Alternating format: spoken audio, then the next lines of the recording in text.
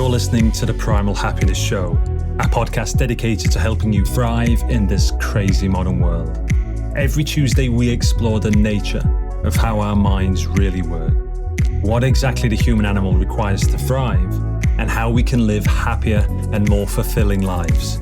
If you're new here and haven't yet taken our free class, then there's no better place to get a jump start on reclaiming your primal happiness. It's where we'll guide you step by step through our antidote to today's modern world. Simply head on over to primalhappiness.co/antidote to get the free class and discover how to thrive without having to move to a planet that's not so crazy as ours. But now, your host, Leanne Brooke-Tyler.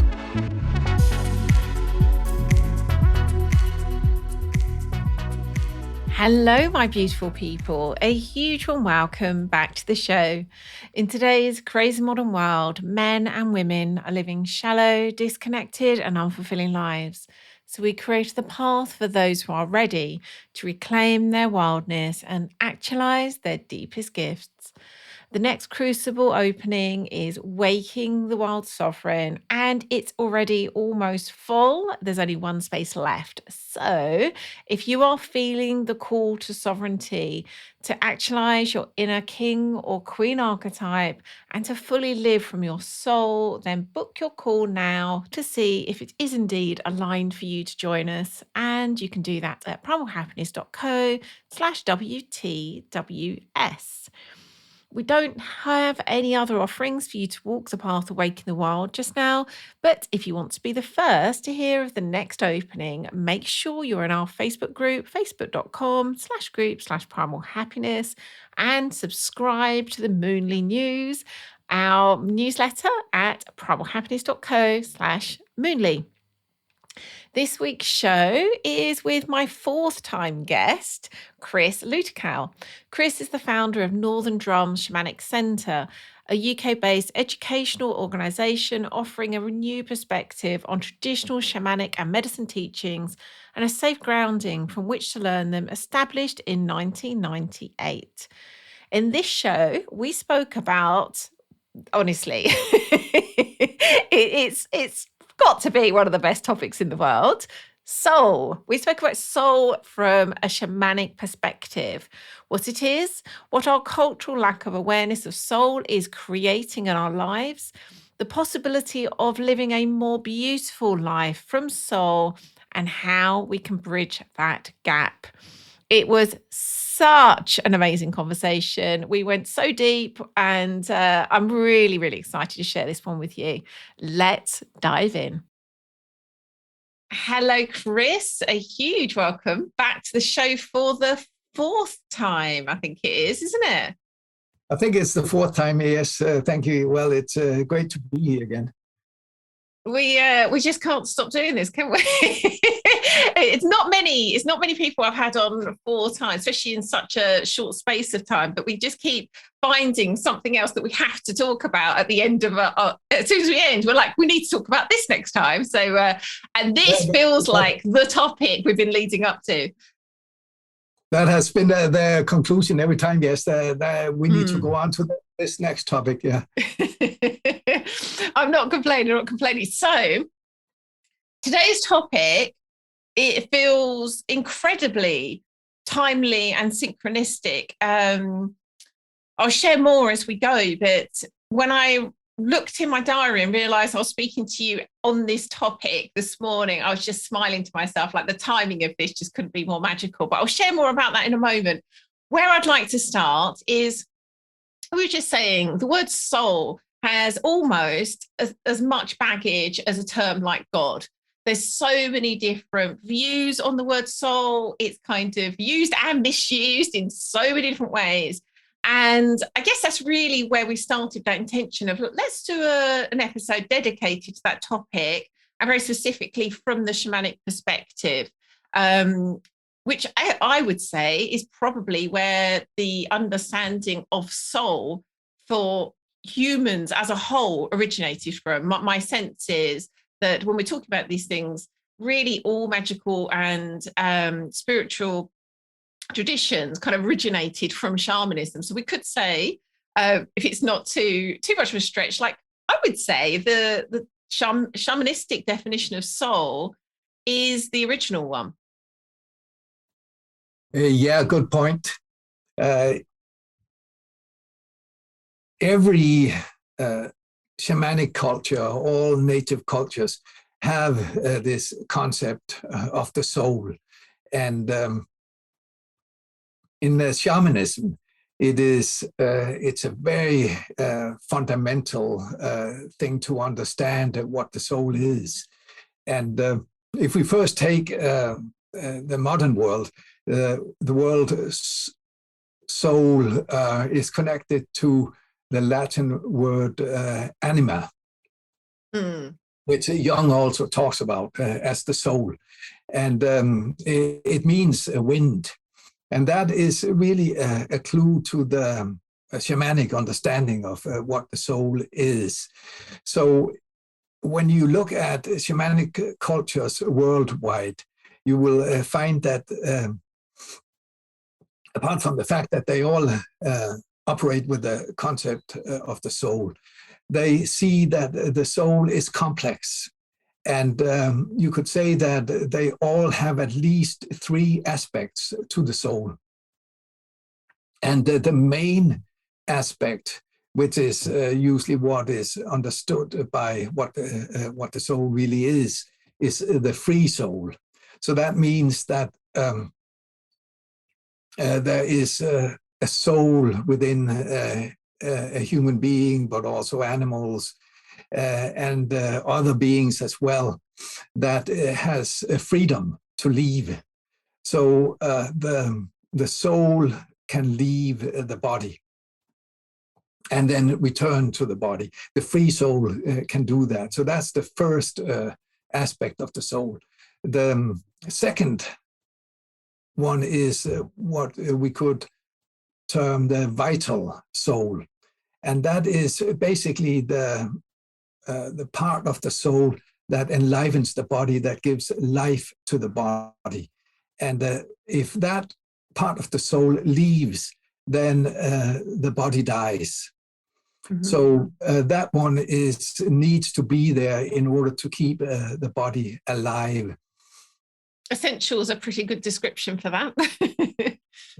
Yeah, and finally, the third aspects that all native cultures have in relation to the soul is what we could call the eternal soul. And that is different from the part of the soul that can leave the body and go on shamanic journeys. It is a part related to the soul that is perfect and illuminated and just is, and always remains the same and is eternal. And where the free soul is characterized by the fact that it is in movement. So in other words, it can travel, it is on a journey of evolution, and there is a development of the soul, and that is something that indigenous cultures are stressing, that it is important for a human being to always be connected to the soul and have an awareness of their soul, and you could say to be anchored in the soul. And for example, when American Indians put teenagers out on vision quest when they reach puberty, it is because they see the importance of making sure that the mind does not take over, and that people don't begin to live entirely from the mind, but that the soul needs to be the leading force. And often it's seen that the soul is, the seat of the soul is the heart. So there's a connection between the soul and the heart. And so when the young people go out on a vision quest and fast maybe for 3 days and 3 nights, it is in order to make that connection with their soul, but also what is usually seen to be the soul animal, the animal of the soul.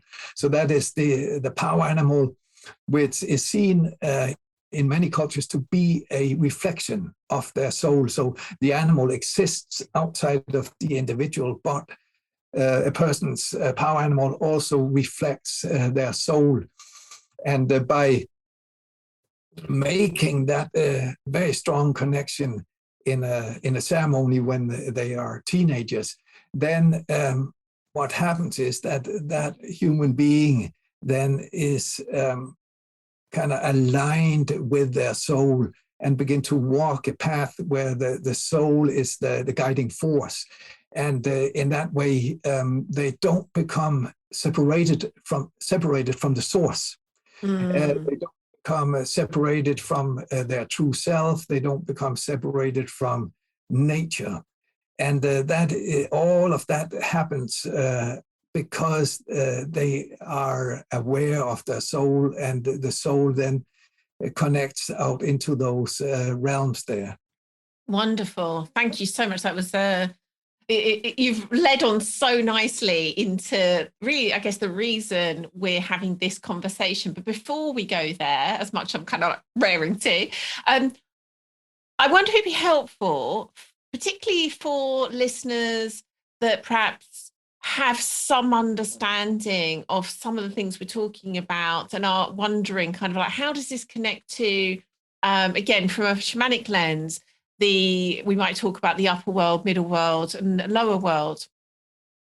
Would you mind just kind of, if you feel it can work in this context, simply just speak about the soul in relationship to those worlds before we move on?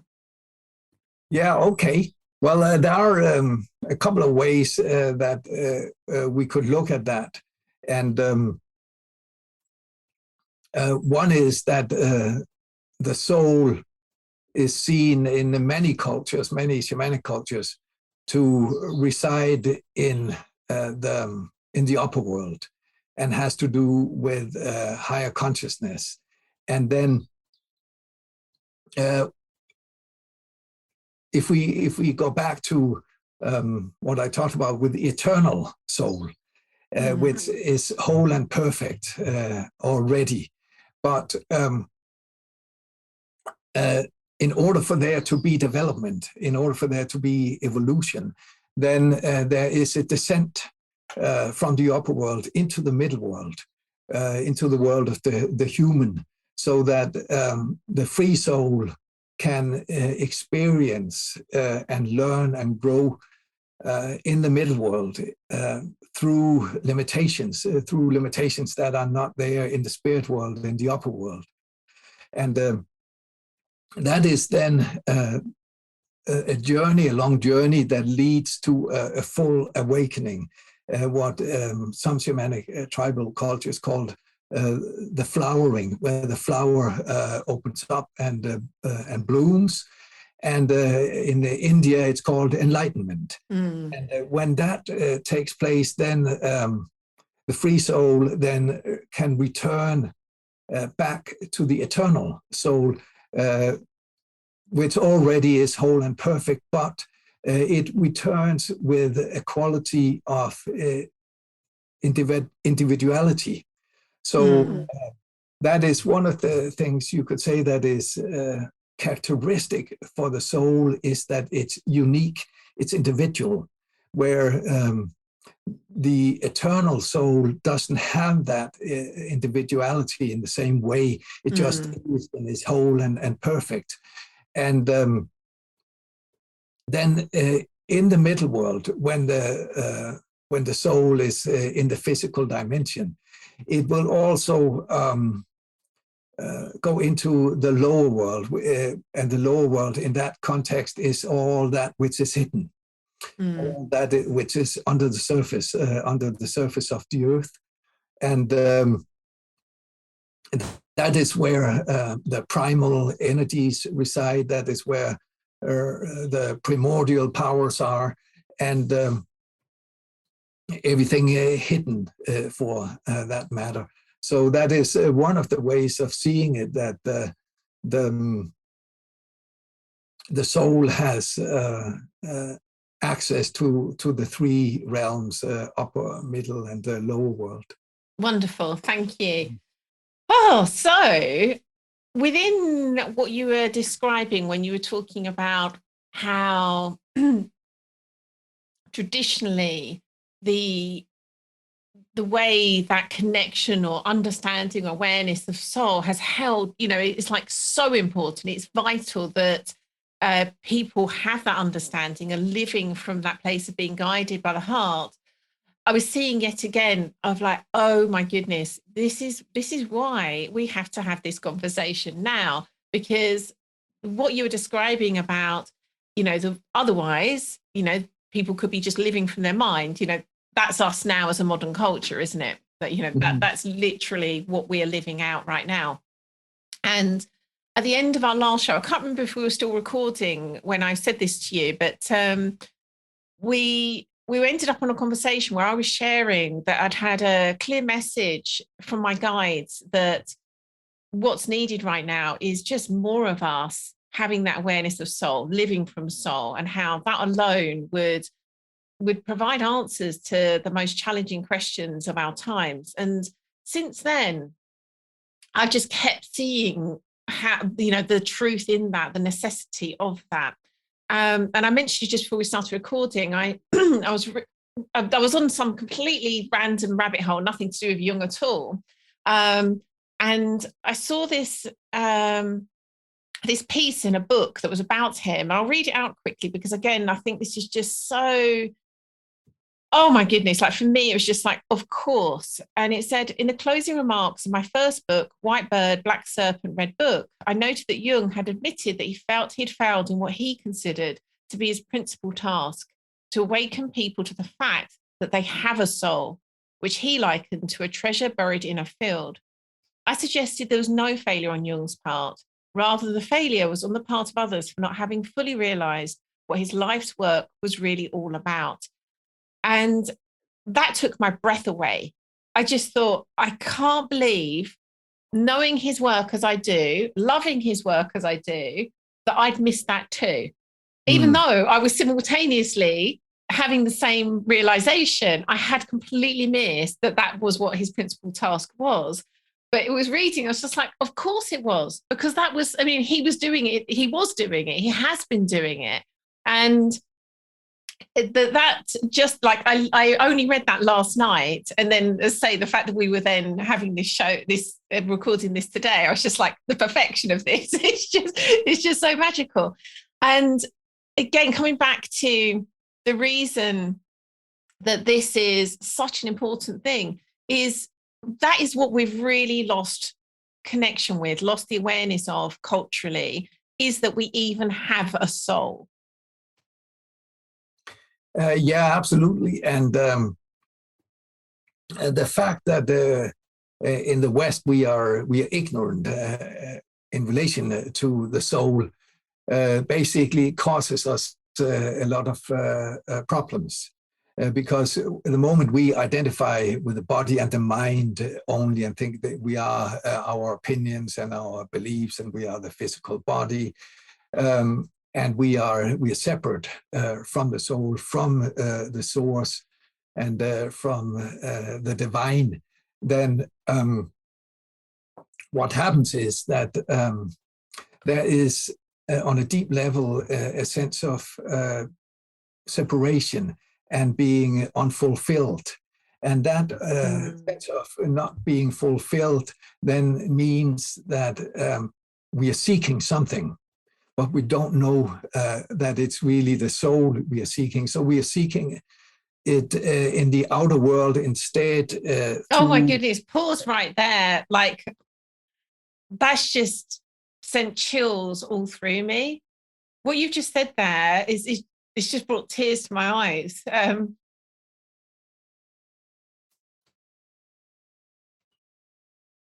having to,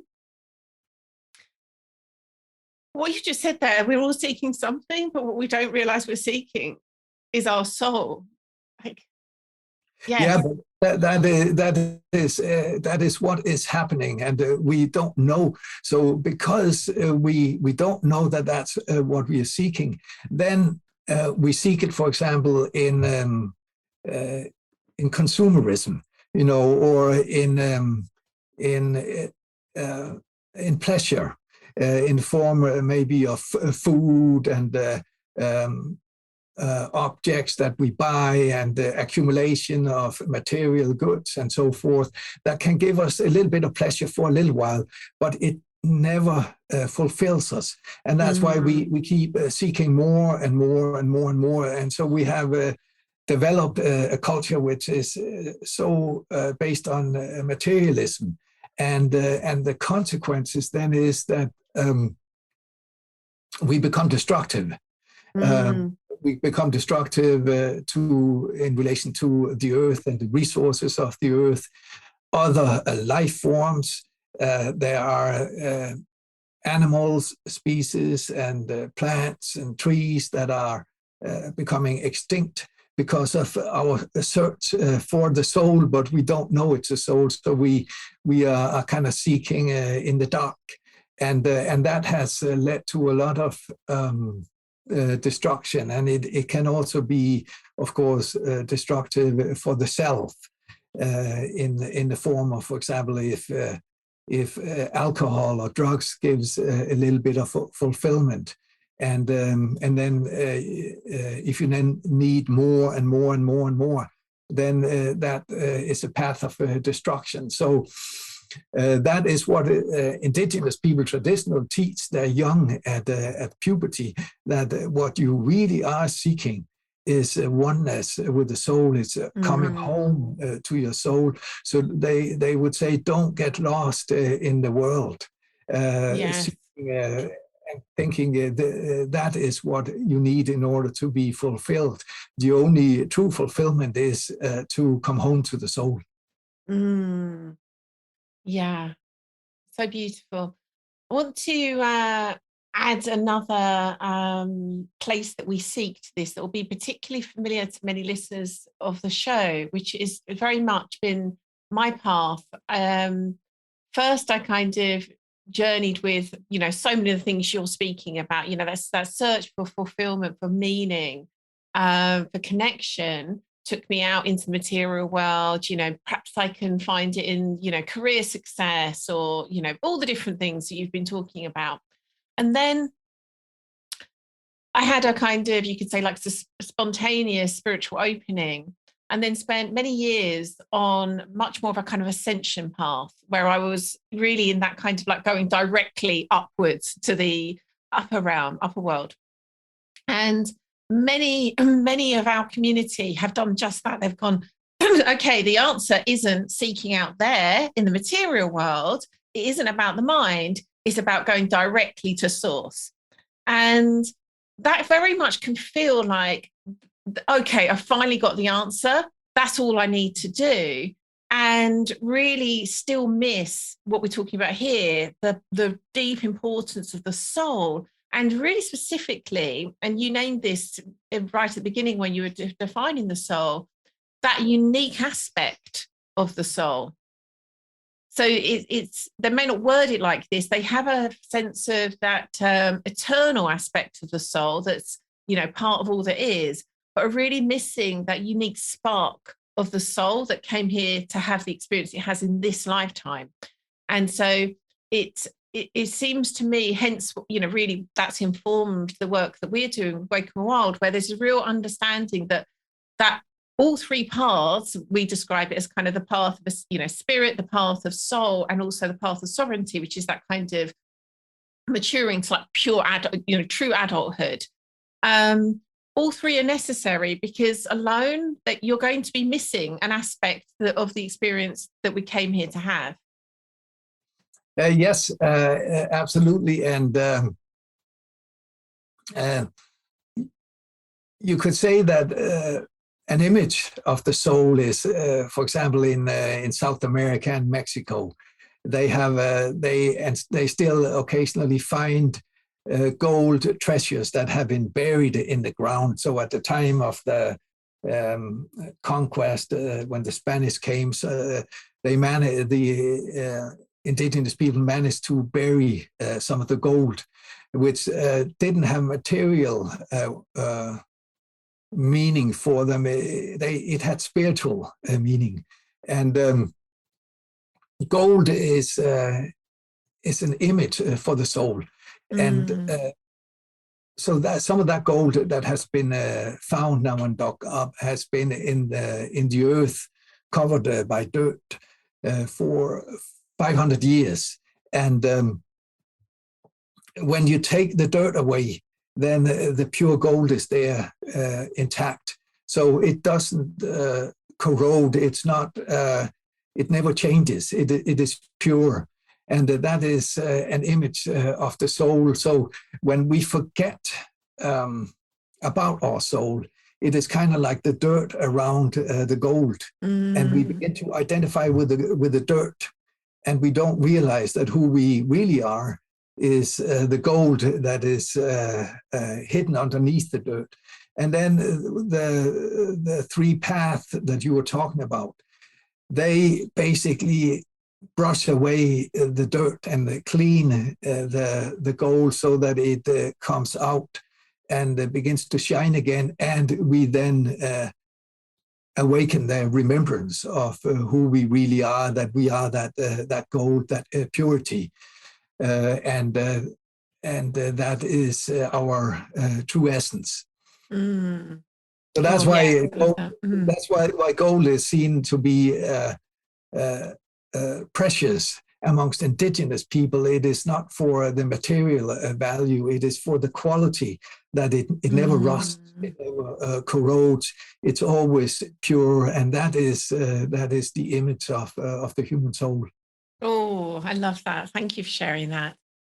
So what's just with the talk of gold, it's made me think of shadow work and gold in shadow, and how that relates to soul in shamanic terms, and whether that be aspects that are hidden or lost. So I'd love for you to talk about that, if you would, because I think again there's firstly this just lack of awareness of soul culturally, and then that once we do start to have some sense of it, then we will also start to recognize, like, I don't really feel like I've actually got full access to my soul, which is why we then embark on, all the work that we do to heal and to integrate. So I'd love to hear you speak about that from your understanding. Yeah, so when we have a sense of our soul and develop that connection, then that affects our thoughts. It affects our emotions, our moods, and we begin to think in a way which is connected, where we say that the mind is characterized by feeling isolated, feeling separate from everything else. And so when we think, which is the case in Western culture, almost entirely from the mind, then we create a reality for ourselves through our thoughts, which is one of separation and isolation. Shamans, traditional shamans would call that a bad dream, because it is an unhealthy one, and it can lead to illness and destruction. Whereas if we are in touch with the soul and we have a sense of our true identity, soul-based, then our thinking is creating a very different reality, one where everything is connected, one where there is heart, an open heart, and one where you could say that the concept of all my relations, meaning that humans, animals, trees, plants, rocks, bodies of water are all related, all relations. That kind of understanding truly comes from the level of the soul. The mind can think about it, but it does not fully get it, and it definitely doesn't feel it. But the soul understands it, and then we begin to perceive ourselves and other people and the world in general from that place of oneness. And then we begin to act differently also. And the pollution of water and air and earth won't happen when people are aware that we are all connected in a very real, direct way.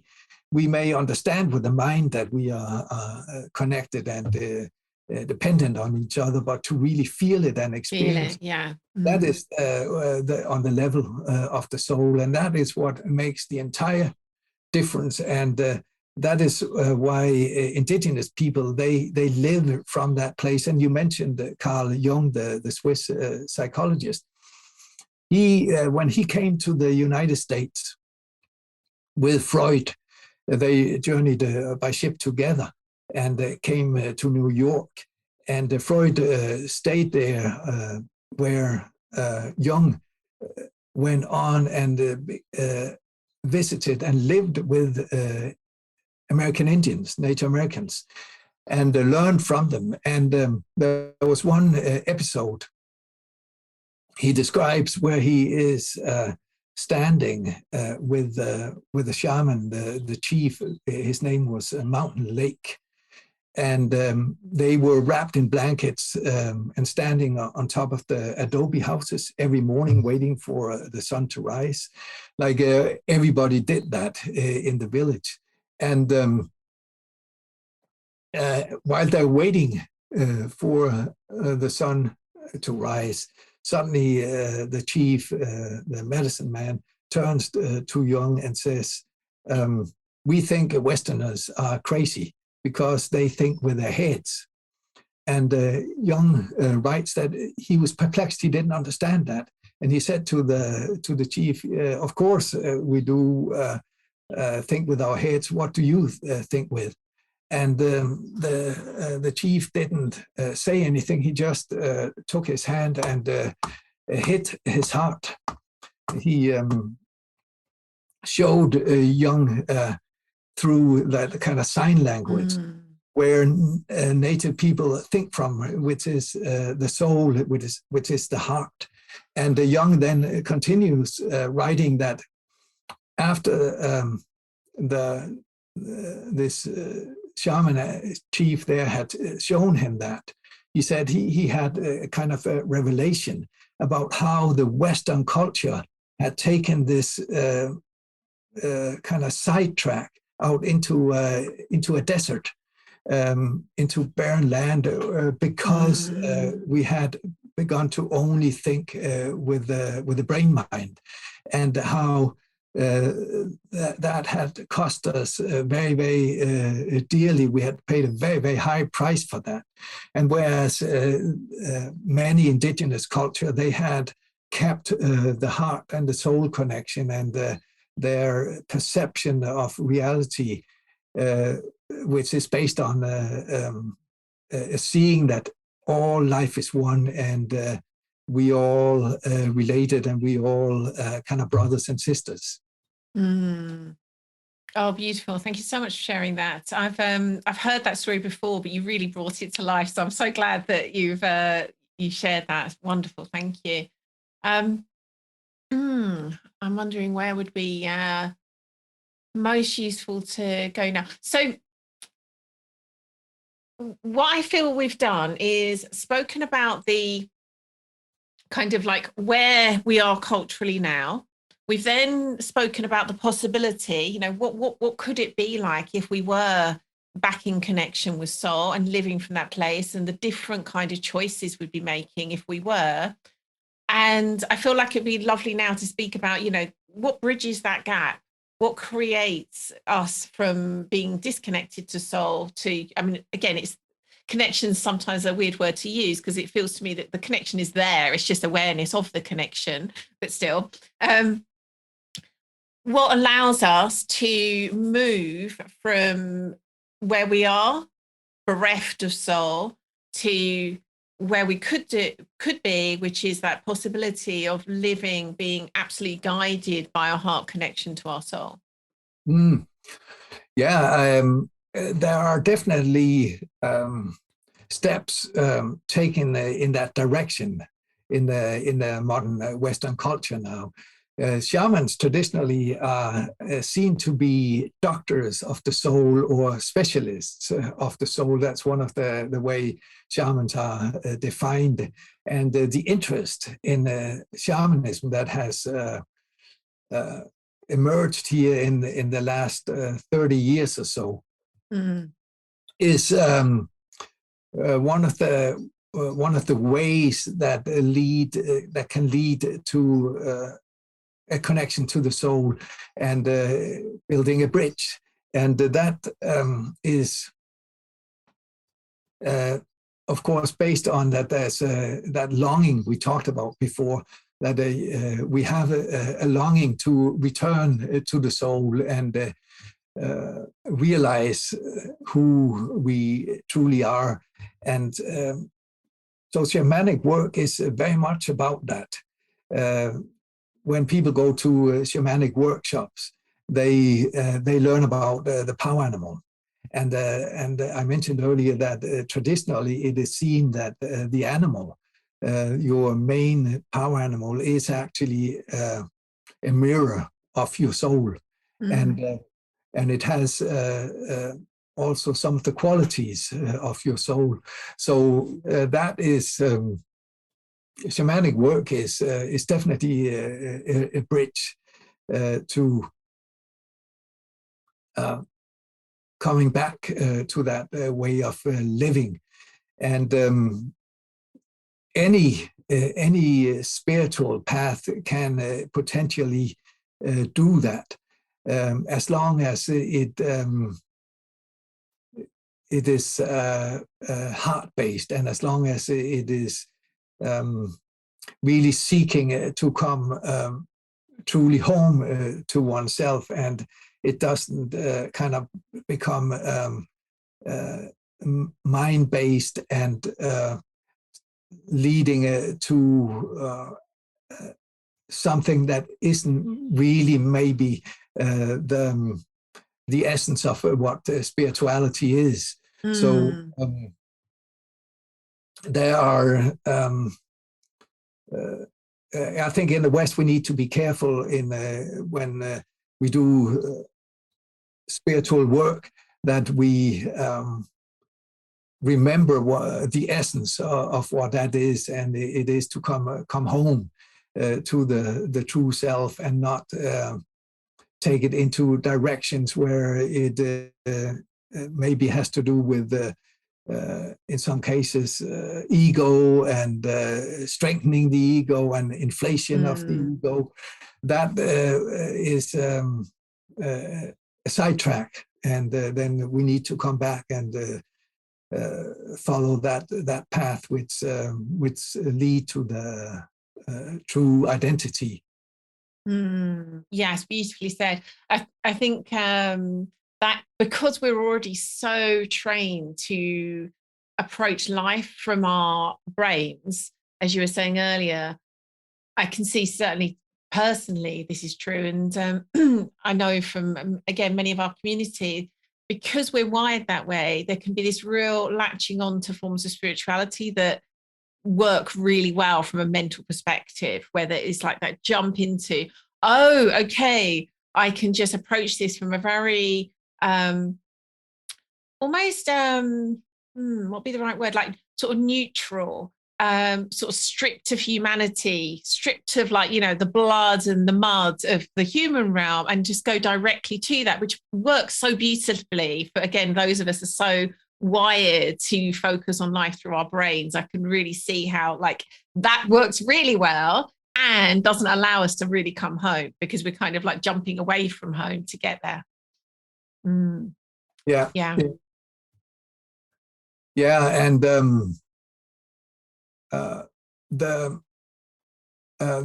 soul, when shamans talk about the soul, they also see that the soul is vulnerable. It's fragile, and it can become scattered. And one of the main shamanic healing methods is soul retrieval. And it basically means that when there is some kind of trauma, some kind of shock, that the heart and the soul of the human being can be fragmented, and you can spit off part of your soul, and it's basically a survival mechanism. And then we become empty inside. Something is missing. We function in the world like we do in the West, but most people have this sense that something is missing. And that something from a shamanic perspective is the soul, or at least part of the soul. And so that is one of the reasons why shamans are called the doctors of the soul and specialists of the soul, because their task is to make sure that there is harmony and balance. And there cannot be harmony and balance if a part of the soul is missing. So that is another way in relation to what you were asking about before. How can we bring the soul in? Well, the soul needs to be brought back because there's a hurting, there's a suffering because of the fact that we have abandoned the soul in the West, and don't even we even doubt its existence, its very existence. So that says a lot.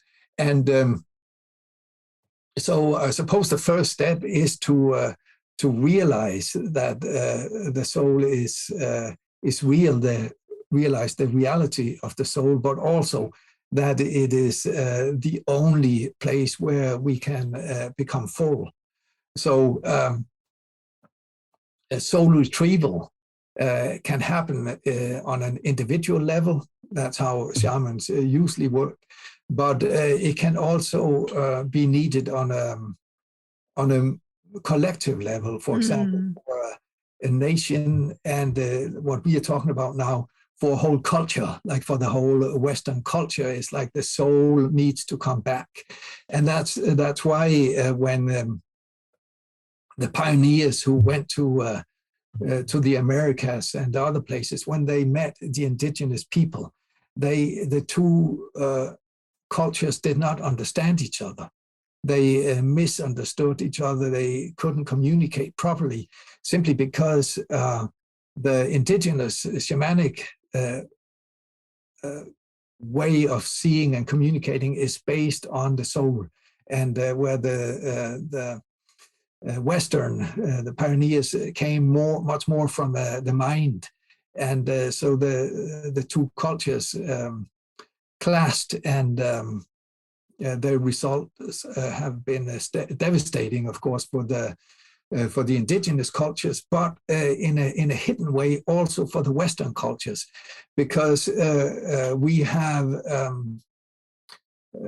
become very destructive, self-destructive, and destructive to the earth, to animals, trees, plants, and the way we treat animals is cruel, and we don't necessarily even believe they have a soul, like the Catholic Church has publicly stated that animals don't have a soul, So we feel we have cut ourselves off in that way, and then we can treat other creatures in very, very cruel ways because we don't have that connection to the soul. So that is the task of shamans and shamanism, is to bring the soul back into the awareness of the human being, and making the human being connect with the soul. And soul loss is, from a shamanic perspective, probably the biggest disease in the modern world. And with that soul loss, then comes separation from the true self, from the source, and from separation from nature, and from the soul. And that creates a bad dream for a never-ending bad dream. My goodness, as you're talking now, it's like, in this modern worldview, we don't see that any destruction is self-destruction. It's just not visible to us that that's what's happening. And my goodness, I feel like we could just continue this conversation for so long, but I'm trying to be mindful of time and bring this to, I guess, a close for now. I feel that this is an ongoing conversation we can be in. So what's really occurring to me is how hopeful this is, in that there is a kind of almost like a meta shamanism that's needed, but it's already happening. Like this conversation right now is the soul retrieval for our culture. That is happening. Anytime, any person listening to this right now, that's the start of that happening. And so for me, that can happen in a moment where we have that deep resonance, and not just a kind of intellectual kind of, oh, it sounds like a good idea, but deep resonance of, I do have a soul. This is a path with heart for me. And from there, as you say, we start to get a sense of the places that our soul has been splintered. And, we can embark on all the different ways, whether that be through a shamanic route, whether that be from a kind of more modern sort of shadow work perspective, but we can start to reclaim those parts of ourselves. What I do see is, it's like inevitable. As soon as we've set foot on that path of soul, it pulls us. It acts as a North Star for us. It just, we can't step back off it as far as I've seen. And so for me, this is, as much as it can seem bleak, and it can seem that we've wandered so far into the desert, as you were describing in the Jung story, it feels as though it's also just a moment away. And it can all change. Yes, and also the fact that in many ways the Western culture has become destructive, but at the same time it has a lot of good things also. And from a shamanic perspective, everything that has happened has a purpose. Also the fact that we have lost connection with our soul, because now we know what that is like. If we had not had that experience of losing the connection with the soul, then we would not have known what that is like. We would not have known what consequences come because of that, and then how those consequences then affect us and the whole circle of life. So basically, in a way, you could say, even though on one level, there's a lot of things that need to be changed, the overall picture is that everything has a rightness, and there's an overall rightness of everything that has happened, including the disconnection from the soul, because it is a teaching. And the point then is, if we can learn from that, then it has been worth it. And then we are fulfilling what we are here to do, which is, it has to do with the evolution of our soul, and that the soul learns more and more and more. It is learning now a lot about separation, and that raises the level of the soul. It raises the consciousness of the soul. So in that respect, everything that's happening has a purpose, and there's a rightness in it. that is the overall perspective. And then at the same time, we also need to say, this is not right, and this is not right. How animals are treated is not right. And the way we treat the earth and so forth is not right. And we need to learn from that and make some changes. Yeah, it's happening. It's happening right as we speak. Oh my goodness, Chris, this has been so wonderful. It's been a real I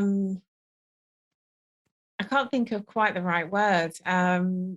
It's been big for me. There's been several moments in this conversation that have allowed me to see things more deeply. So thank you so much. Well, thank you. And it has been wonderful to talk with you here. And when we talk, the topics open up and there's a light coming in. Yes, very well described. So if listeners would like to find out more about you and your work, which I'm sure they will, where can they find out about that? I have a website called northerndrum.com. And I've written a book called Calling Us Home. And in that book, I write about what we have talked about here today. And I do workshops on these topics also. Yeah. Beautiful. And we'll make sure the links are on the show notes as well. For the moment, goodbye for now, Chris, and I'm sure we'll be back in conversation again at some point soon. But thank you so much. Well, thank you. Bye now. Oh my goodness, what a wonderful show. Here are my takeaways. In shamanic traditions, the soul is of vital importance in living well. The danger otherwise is we'll live from our minds, disconnected from everything else, which of course is where we found ourselves culturally. As you could probably hear, it really hit me when Chris said that we're all seeking something, not realizing that what we're seeking is our soul. I read a quote by Stuart Douglas, which said, in the closing remarks of my first book, White Bird, Black Serpent, Red Book, I noticed that Jung had admitted that he felt he had failed in what he considered to be his principal task, to awaken people to the fact that they have a soul, which he likened to a treasure buried in a field. I suggested there was no failure on Jung's part. Rather, the failure was on the part of others for not having fully realised what his life's work was really all about. To find that treasure and bridge the gap of a soulless life to one lived from soul, it can be as simple as allowing the resonance you can feel in your heart to guide you on the path to retrieve it, whether that's through nature-based paths, shamanism, shadow work, or joining us in Awaking the Wild Crucible. If you'd like to get the notes and links for everything we spoke about this week, hop on over to the show notes at primalhappiness.co/episode 370. And if you don't want to miss out on next week's episode, head on over to Apple Podcasts, Stitcher, or your app of choice, hit that subscribe button, and you will get each episode auto-magically straight to your device as soon as it comes out. Thank you so much for listening. You've been wonderful. Catch you again next week.